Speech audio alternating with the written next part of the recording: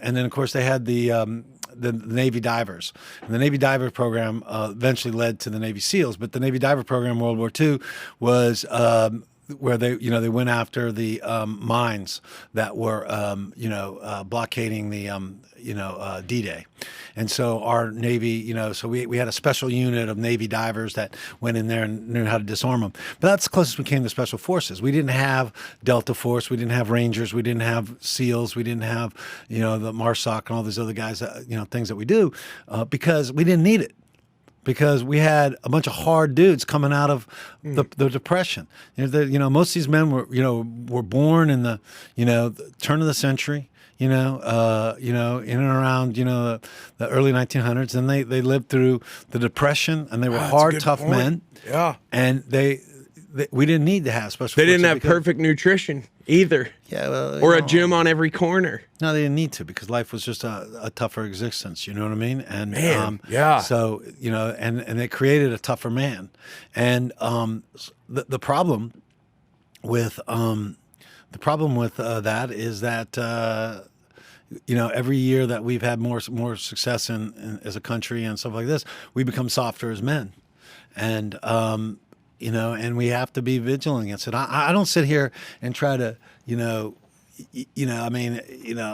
don't badmouth our kids and stuff like this, because today they talk about kids today being late, all this kind of stuff, and I'm thinking, we weren't exactly. I was an '80s kid, you know what I mean, and we act like we were like some kind of tough pioneer woodsman or something, but we weren't. We were a bunch of assholes too, and but we did get things done. And so the thing about it is that we're having a hard time with now is that we're a little bit softer people. Our military's a prime example. We need special forces units now, because they do majority of the fighting. They do the engage in most of the high ops and stuff like this, and they're involved in that kind of stuff. And we need that kind of soldier today, because because we don't have the soldier of World War II.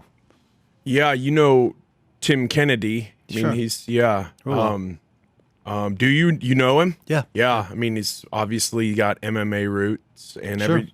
Often when he goes on podcasts, he makes a point, because he re-enlisted, if you will. Obviously helped out a bunch with the Afghanistan here last year. The military brought him back in to help with recruiting, because they're having such a hard time finding qualified personnel for the teams.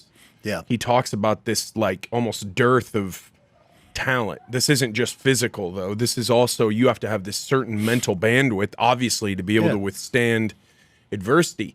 Don't you think, wouldn't you agree that the problem right now is that technology has made living so easy that we have to manufacture adversity pretty often, or it comes for us when we don't expect it, whether it's depression or whatever. It's something's coming.